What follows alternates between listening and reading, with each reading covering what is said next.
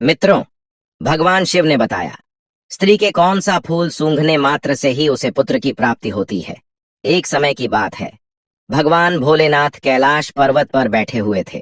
तभी माता पार्वती आकर उन्हीं के समीप में बैठ जाती हैं। तभी माता पार्वती कहती हैं, हे स्वामी, आज मैं जब आकाश लोक पर भ्रमण कर रही थी, तभी मैं पृथ्वी लोक पर एक बहुत ही अद्भुत दृश्य देखी हूँ। उसे देखकर मेरे हृदय में ममता की मोह उम्र पड़ी। मित्रों, तभी भगवान भोलेनाथ कहते हैं, हे देवी, आज आपने कौन सा पृथ्वी लोक पर दृश्य देख लिया है जिससे आप इतना विचलित हो रही हो। तभी माता पार्वती कहती हैं, हे प्रभु, एक गांव में आपका बहुत ही सुंदर मंदिर है। मैंने उस मंदिर पर आते हुए बहुत से लोगों को देखा है कि कुछ लोगों के पास चार चार पुत्रियां हैं और कुछ लोगों के पास में चार चार पुत्र है। तो हे प्रभु, जिन लोगों के पास में पुत्र नहीं है, केवल पुत्रियां हैं, वह अपने वंश को बढ़ाने के लिए बहुत ज्यादा दुखी हैं। ऐसे माता पिता एक पुत्र की प्राप्ति के लिए पता नहीं कहां कहां भटकते हैं, क्या क्या पूजा पाठ करते हैं, फिर भी उनकी सूनी गोद नहीं भरती। आखिरकार ऐसे माता पिता को, जिनकी गोद एक पुत्र के बिना सूनी है, ऐसे माता पिता की गोद कैसे भर सकती है और किस प्रकार से उन्हें पुत्र की प्राप्ति हो सकती है। तो हे प्रभु, कृपया आप इसके बारे में मुझे बताएं। तब भगवान भोले बाबा कहते हैं, हे देवी पार्वती, आज मैं तुम्हें एक ऐसे फूल के बारे में बताऊंगा जिसके मात्र सूंघने से ही पुत्र की प्राप्ति हो जाती है। मित्रों, फिर माता पार्वती कहती हैं, हे प्रभु, यदि ऐसी बात है तो मुझे उस फूल के बारे में आप जरूर बताइए। वह कौन सा फूल है जिसके सूंघने मात्र से ही पुत्र की ही प्राप्ति हो जाती है। मित्रों, फिर आगे माता पार्वती कहती है, हे स्वामी, आप बताइए, वह फूल कौन सा है और उसे किस प्रकार से प्राप्त करना चाहिए तथा उसे किस प्रकार सूंघना चाहिए। तभी भगवान भोले बाबा कहते हैं, हे देवी पार्वती, यह सब जानकारी मैं तुम्हें एक छोटी सी कथा सुना करके देता हूं, जिसे सुनने के बाद आपके प्रश्न के उत्तर मिल जाएंगे। मित्रों, फिर आगे भगवान भोले बाबा कहते हैं, हे देवी, जो भी मनुष्य इस कथा को पूरे ध्यान और मन लगाकर सुनता है, वह भी जान जाता है कि वह कौन सा फूल है जिसे सूंघने मात्र से ही पुत्र की ही प्राप्ति होती है।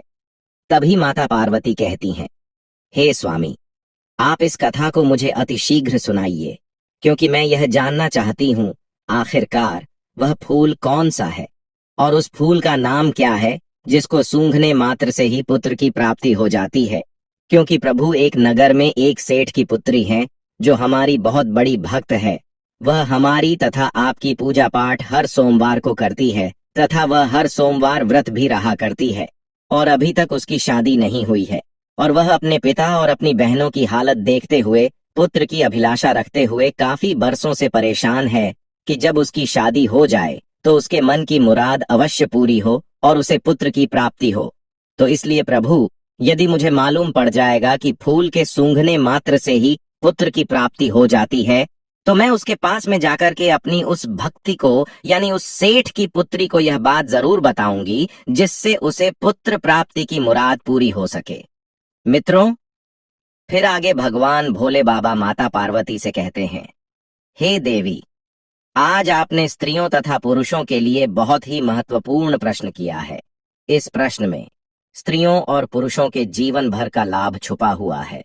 तो हे प्रिय पार्वती, अब मैं उस कथा को सुनाने जा रहा हूं। आप पूरे ध्यान और मन से सुनना।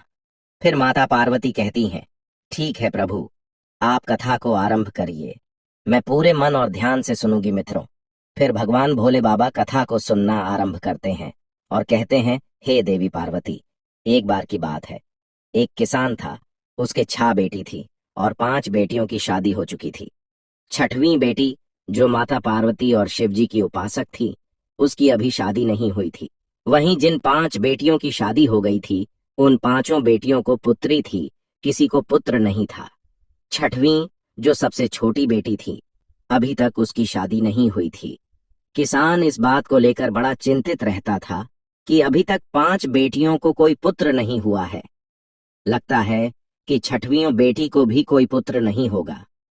साथ ही किसान के मन में एक विचार और आता था और वह चिंता में रहता था कि ना तो मुझे ही पुत्र की प्राप्ति हुई और ना मेरी 5 पुत्रियों को ही पुत्र की प्राप्ति हुई और छठवीं पुत्री की शादी होने के बाद में इसे भी कहीं पुत्र की प्राप्ति नहीं हुई, तो मैं संसार में कैसे मुंह दिखाऊंगा? लोग पता नहीं मेरे बारे में क्या सोचेंगे। वहीं वह किसान जो था, जब भी जंगल में काम करने जाता था तो अपनी मदद के लिए अपनी सबसे छोटी बेटी को भी अपने साथ में लेकर जाता था। एक दिन किसान को काम करते करते समय ज्यादा हो गया और धूप निकल आई, गर्मी पड़ने लगी। दिन गर्म हो गया तो किसान ने अपने कपड़े उतार दिए और घास में डाल दिए। जब उसका काम खत्म हो गया तो किसान ने अपनी बेटी से अपने कपड़े लाने के लिए कहा, और जैसे ही किसान की सबसे छोटी बेटी किसान के कपड़ों को उठाने के लिए घास के पास में पहुंची तो उसने क्या देखा कि वहां पर एक नाग पड़ा हुआ था। वह उस नाग को उठाना नहीं चाहती थी, इसलिए वह वापस अपने पिता के पास गई और उससे पूछा कि उसे क्या करना चाहिए। वहीं किसान ने अपनी बेटी की बात सुनकर कि अपनी बेटी से कहा कि वह उस नाग से न डरें और इस गान को एक तरफ फेंक दें और अपने पिता यानी उस किसान के कपड़े ला करके उसे दे दें, और ऐसा कह करके किसान जो था अपने घर चला गया। मित्रों, फिर आगे भगवान भोलेनाथ माता पार्वती को कथा सुनाते हुए कहते हैं, हे देवी पार्वती, फिर उसकी बेटी भी किसान के पीछे पीछे घर आ गई। अगले दिन बेटी को फिर से जंगल में जाना था। उसने कहा, पिताजी आप परेशान ना होइए, आप नागों को दूर फेंकने के लिए कहते हैं, मगर यदि मैं नाग को फेंक दूंगी तो उसे चोट लग जाएगी। किसान की लड़की मन ही मन में उस नाग की मदद करना चाहती थी। वहीं अपनी छोटी बेटी की बात को सुनकर के किसान ने कहा, मुझे मेरे कपड़े लाकर दो, आगे तुम्हें उस नाग के साथ में कैसा व्यवहार करना है यह तुम जानो। इस प्रकार किसान की बात सुनकर के किसान की छोटी बेटी उस नाग के पास गई और फिर जंगल में उसे वह नाग मिल गया। लेकिन उसने उस नाग से कहा, हे मेरे प्यारे छोटे भाई, क्या तुम लेटने के लिए मुलायम जगह चाहोगे? वहीं नाग ने किसान की पुत्री की ओर उज्जवल और मैत्रीपूर्ण आंखों से देखा, मानो वह कुछ कहना चाहता हो। इसीलिए किसान की लड़की ने उस जहरीले नाग के भाव को समझकर कि कुछ खरपात्रवार इकट्ठा की और उस नाग के लिए एक अच्छा सा नरम जगह बना दी और फिर उस नाग से कहा, तुम इस नरम जगह में लेट जाओ। फिर जैसे ही किसान की लड़की ने उस नाग को उस जगह पर लेटाया तो वह नाग किसान की लड़की से कहने लगा और उससे पूछा, क्या तुम मेरी सेवा में आना चाहोगी? मैं जानता हूं तुम्हारे पिता बहुत ही गरीब हैं और वह मुझे दूर फेंकवाना चाहते थे क्योंकि उन्हें उनके कपड़े मिल सके। क्योंकि मैं गर्मी में बहुत परेशान हो रहा था, इसलिए तुम्हारे पिता के कपड़ों में बैठ गया। तुम बहुत अच्छी लड़की हो, मैं तुम्हें पसंद करता हूँ। तुम केवल बस हर दिन लगभग कुछ घंटे मुझे अपने साथ घुमाने के लिए ले चला करो। इसके लिए मैं तुम्हें रोजाना बहुत सारा धन दूंगा, मजदूरी और खाना पीना भी दूंगा। यदि तुम 3 बरस तक ऐसा करो तो मैं जादू से छुटकारा पा लूंगा, क्योंकि मैं एक जादुई राजकुमार हूँ। और फिर राजकुमार बनते ही यानी अपने असली रूप में आते ही मैं तुम्हारे साथ में विवाह भी कर लूंगा। मित्रों, फिर आगे भगवान भोले बाबा कहते हैं, हे देवी। वहीं नाग की बात को सुन के वह लड़की तैयार हो गई। लड़की ने कहा, मैं आपकी सेवा करने के लिए तैयार हूँ, आप जैसा कह रहे हैं मैं वैसा ही करूंगी। तो नाग ने कहा, फिर कल इसी समय पर तुम आ जाना। और फिर वह लड़की वापस आने का वचन देकर कि अपने पिता के कपड़े लेकर के घर वापस आ गई और वहीं रात को खाना खाने के बाद सो गई। और फिर जब सुबह को उठी तो उसने अपने पिता किसान से कहा, पिताजी, आपके कपड़े मैंने लाकर आपको दे दिए। अब तक मैंने अपनी और आपकी गरीबी देखी है। मैं काफी समय तक घर पर रह चुकी हूँ। अब मैं दुनिया में अपनी किस्मत आजमाने जा रही हूँ। आप मुझे जाने की अनुमति देने की कृपा करें। मित्रों, उधर वह किसान अपनी लड़की को कहीं भी जाने की अनुमति देना नहीं चाहता था, क्योंकि वह लड़की नाग को वचन देकर के आई थी। इसलिए उसने अपने पिता से कहा, चाहे उसे भीख ही क्यों ना मांगनी पड़े, मगर अब मैं भाग्य को बदल कर ही रहूंगी। और ऐसा कहकर के किसान की लड़की जो थी जंगल में चली गई।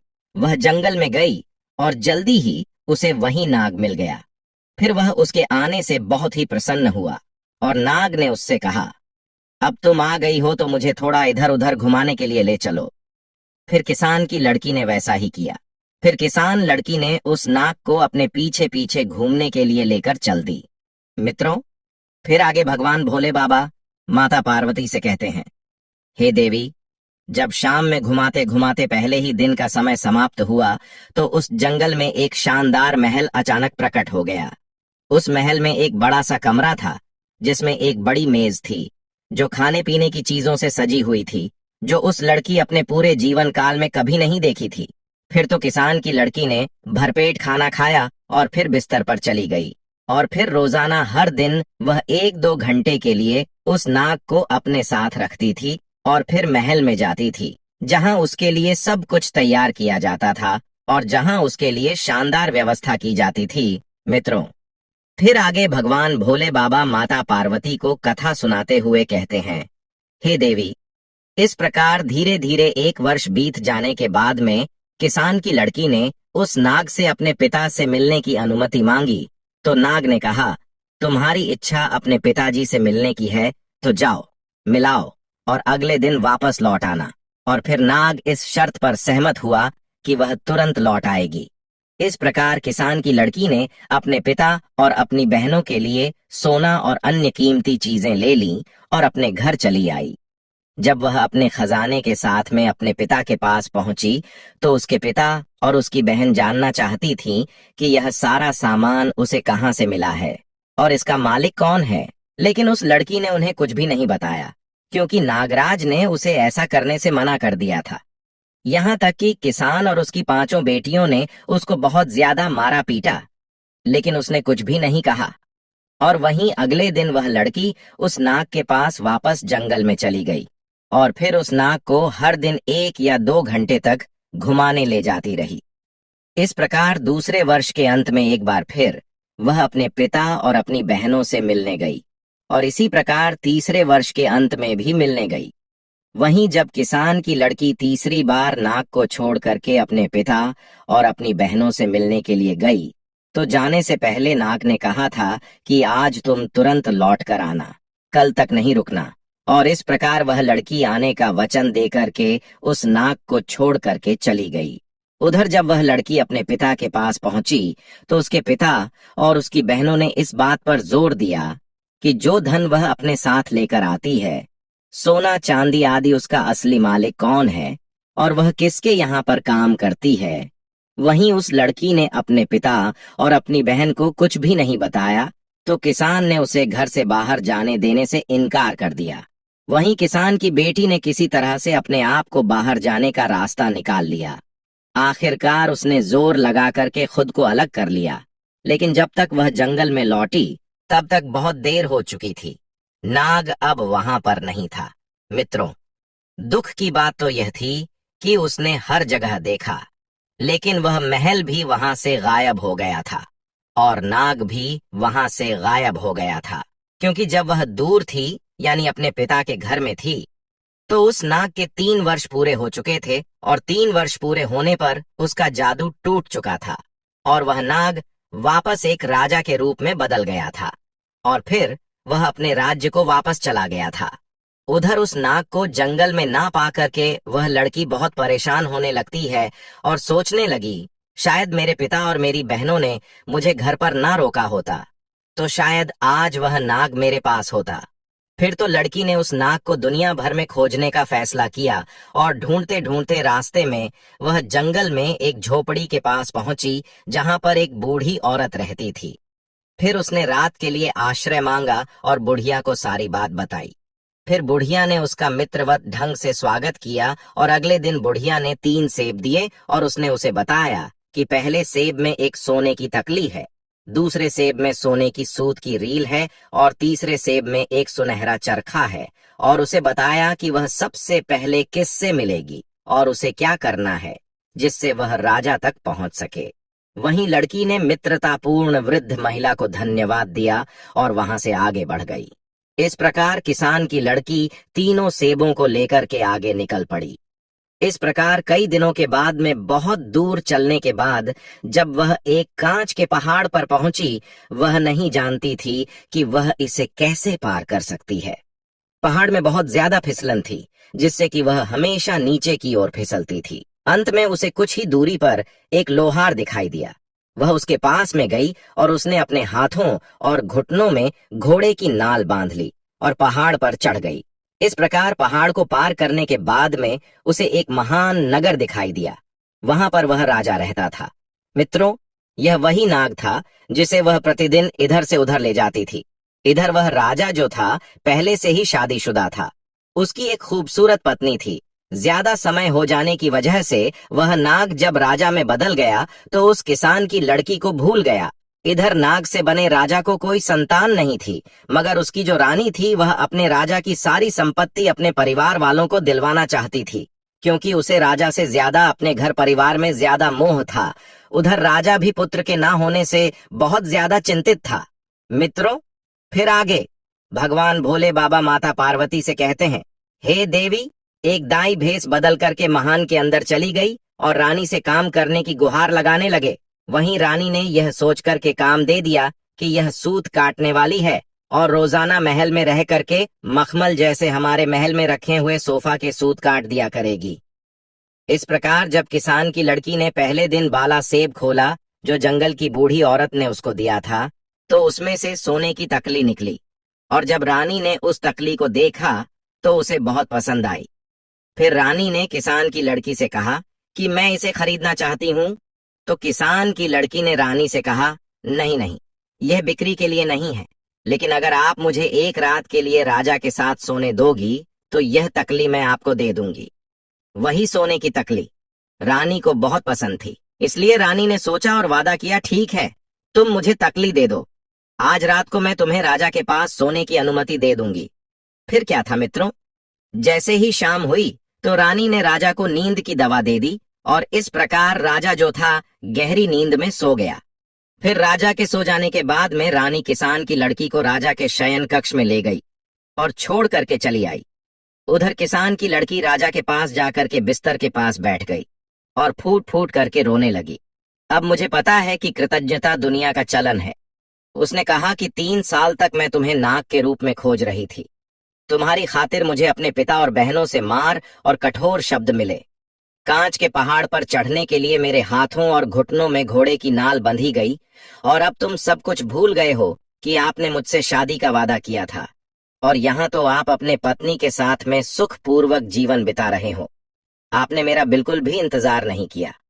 राजा नींद में था, क्योंकि रानी ने उसको नींद की दवा खिला दी थी ताकि वह उस किसान की लड़की से बात नहीं कर सके। इस प्रकार से किसान की लड़की अपनी बात बोलती रही, मगर राजा सोता रहा और उसको कोई जवाब नहीं दिया। किसान की लड़की यही सोचती रही कि राजा मेरी बात को सुन रहा है, लेकिन कोई जवाब नहीं दे रहा। और इस प्रकार राजा से बात करते करते सुबह हो गई और फिर रानी आई और फिर किसान की लड़की को राजा के शयन कक्ष से बाहर ले गई। राजा इतनी गहरी नींद में था कि उसे कुछ भी समझ नहीं आया। मित्रों, फिर आगे भगवान भोले बाबा माता पार्वती को कथा सुनाते हुए कहते हैं, हे देवी, इस प्रकार किसान की लड़की ने दुखी होकर दूसरा सेब लिया, उसे तोड़ा और उसमें से सुनहरे धागे की रील निकाल ली। फिर जब रानी ने उस रील को देखा तो उसने उसकी बहुत प्रशंसा की और लड़की से उसे बेचने के लिए कहा। वहीं किसान की लड़की ने रानी से फिर कहा, वह एक बार फिर राजा से उसकी मुलाकात शाम को करवा दे तो उसको सुनहरे धागे की रील दे देगी। वहीं रानी ने वचन दिया और सब कुछ पहली रात की तरह ही हुआ। राजा नींद की दवा खाने की वजह से गहरी नींद में सो रहा था, क्योंकि रानी ने दूसरी रात भी राजा को नींद की दवा खिला दी थी, और उस दवा से इतनी गहरी नींद राजा को आई कि कोई भी रोना धोना या शिकायत राजा को जगा नहीं सकती थी। हालांकि राजा के एक सेवक ने रानी को राजा के शयन कक्ष में चरखा लाते हुए देखा था, और इसीलिए वह राजा का जो सेवक था वह राजा के शयन कक्ष के बाहर चुपचाप खड़ा हो गया और उसने रेशम काटने वाली की सारी बात सुनी। और फिर अगले दिन उसने राजा को सब कुछ बताया जो उसने देखा और सुना था। मित्रों, फिर आगे भगवान भोले बाबा कहते हैं, हे देवी रानी, इस प्रकार जब राजा को मालूम पड़ गया कि जब मैं नाग था और एक लड़की ने जो किसान की लड़की थी मेरी बहुत सेवा की और मैंने उससे शादी का वादा किया था, आज वह मुझे ढूंढते हुए मेरे महल तक आ गई है। मुझे उससे मिलना चाहिए मित्रों। लेकिन राजा क्या कर सकता था? सुबह होते ही रानी जो थी उस किसान की लड़की को राजा के शयन कक्ष से बाहर ले गई थी। इधर तो राजा किसान की लड़की से मिलने के बारे में सोच रहा था और उधर किसान की लड़की ने अपना आखिरी सेब खोला। वह सुन चरखे वाला था। वहीं जब रानी ने इस बार सुनहरा चरखा देखा तो उसने कहा, यदि वह उसको सोने का चरखा दे दे तो वह इस रात को भी राजा के साथ उसे सोने देगी। वहीं किसान की लड़की मान गई और उस शाम रानी ने एक बार फिर अपने राजा को नींद की दवा दी। लेकिन इस बार राजा सचेत था, क्योंकि इस बार सेवक के द्वारा उसे सारी बात मालूम पड़ चुकी थी। वहीं राजा ने इस बार दवा पीने का केवल नाटक किया। उसने चुपके से दवा को डेस्टिन में डाल दिया और फिर लेट गया और सोने का नाटक करने लगा। वहीं जब राजा सो गया तो रानी जो थी किसान की लड़की को यानी सूत काटने वाली को राजा के शयन कक्ष में लेकर आ गई। लड़की उदास होकर के राजा के बिस्तर के पास में गई और वहीं पर खड़ी होकर फूट फूट कर रोने लगी और कहने लगी, अब मुझे पता चला है कि कृतज्ञता दुनिया का चलन है। 3 साल तक मैंने तुम्हें नाक की तरह तुम्हारी खातिर मुझे अपने पिता और बहनों से मार और कठोर शब्द मिले। कांच के पहाड़ पर चढ़ने के लिए मेरे हाथ और घुटनों में घोड़े की नाल बंधी थी और तुम यह सब कुछ भूल गए और रानी के साथ में रहकर के सुखपूर्वक जीवन जी रहे हो। अब मेरा क्या होगा मित्रों? फिर आगे भगवान भोले बाबा कहते हैं, हे देवी, इस बार राजा चुपचाप हर बात सुनता रहा, लेकिन सोने का नाटक करता रहा। वहीं राजा ने मन में विचार किया कि एक मेरी रानी है, वह है जिसके लिए मैं इतना प्यार करता हूँ, और वह मेरी संपत्ति को अपने मायके वालों को देना चाहती है, मुझे सम्मान तक नहीं देती। और एक ऐसी लड़की गरीब किसान की जो मुझे ढूंढते हुए यहाँ तक आई, और जब मैं नाक के रूप में था तो उसने मेरी जी जन से सेवा की। फिर तो राजा ने ऐसा सोच करके अगले दिन एक बड़े उत्सव के भोजन का आदेश दिया और उसने रेशम काटने वाली महिला को यानी उस किसान की बेटी को अपने दाहिनी ओर जगह लेने के लिए आमंत्रित किया। और फिर भरे दरबार में राजा ने किसान की लड़की के साथ में शादी की और सभी ने भोज ग्रहण किया। वहीं शादी होने के बाद में पहली रात को जब किसान की लड़की सो रही थी, वह लक्ष्मी जी की उपासक थी और पुत्र की कामना मन में लेकर के रात को सो रही थी। उसी समय लक्ष्मी जी उसके सपने में आई और उससे कहा, बेटी तुम चिंता मत करो, आज मैं तुम्हें एक ऐसे फूल के बारे में बताती हूँ जिस फूल को मासिक धर्म पूरा होने के बाद में जो भी स्त्री इस फूल को सूंघ लेती है और सूंघने के बाद में मिलन करती है और जब गर्भ धारण होता है तो निश्चित ही उसे पुत्र की प्राप्ति होती है। वहीं माता लक्ष्मी जी ने किसान की लड़की से आगे कहा कि हे बेटी, शाम को सूर्यास्त के समय बगीचे के उत्तर पश्चिम कोने में लाल गुलाब और सफेद गुलाब के फूलों की टहनी को, जिस पर सुंदर साफ और पूर्ण विकसित गुलाब लगा हो, एक थाली से ढक देना चाहिए और अगली सुबह सूर्योदय के समय उसे हटा देना चाहिए। और फिर लाल गुलाब को सघ करके पति के साथ में संबंध बनाने पर पुत्र की प्राप्ति एवं सफेद फूलों को सूंघ करके संबंध बनाने से पुत्री की प्राप्ति होती है। मित्रों, फिर आगे भगवान भोले बाबा माता पार्वती से कहते हैं, हे देवी, आप अपनी उस भक्त को बता देना, उस ऐसा ही करना है। यदि उसे पुत्र चाहिए तो लाल गुलाब को सूंघना है। फिर ध्यान यह रहे कि धोखे में दोनों गुलाब के फूलों को नहीं सूंघना चाहिए। मित्रों, इस प्रकार उस किसान की लड़की ने राजा को अपने सपनों वाली उस बात को बताई। फिर राजा ने सुंदर से बगीचे में एक सफेद गुलाब और एक लाल गुलाब का पौधा लगवाया। फिर जब उन पौधों पर फूल आए तो राजा ने एक सफेद फूल वाली टहनी को और एक लाल फूल वाली टहनी को ली और उसे उल्टा करके रात में दबा दिया। वहीं सुबह रानी ने मासिक धर्म से निवृत्त होकर के यानी किसान की लड़की ने मासिक धर्म से निवृत्त होकर के स्वच्छ होने के बाद में लाल रंग के फूल को सूंघ लिया और राजा के साथ में संबंध स्थापित किए, जिससे रानी को गर्भ धारण हुआ और समय पूरा होने पर रानी को एक पुत्र की प्राप्ति हुई। फिर तो राजा ने खुशी के मारे पूरे राज्य में खुशी के नगाड़े बजवा दिए, मिठाइयां बंटवा दी। इतना ही नहीं, किसान की लड़की ने किसान को यानी अपने पिता को भी यह बात बताई और अपनी बहनों को भी फूल वाली बात बताई।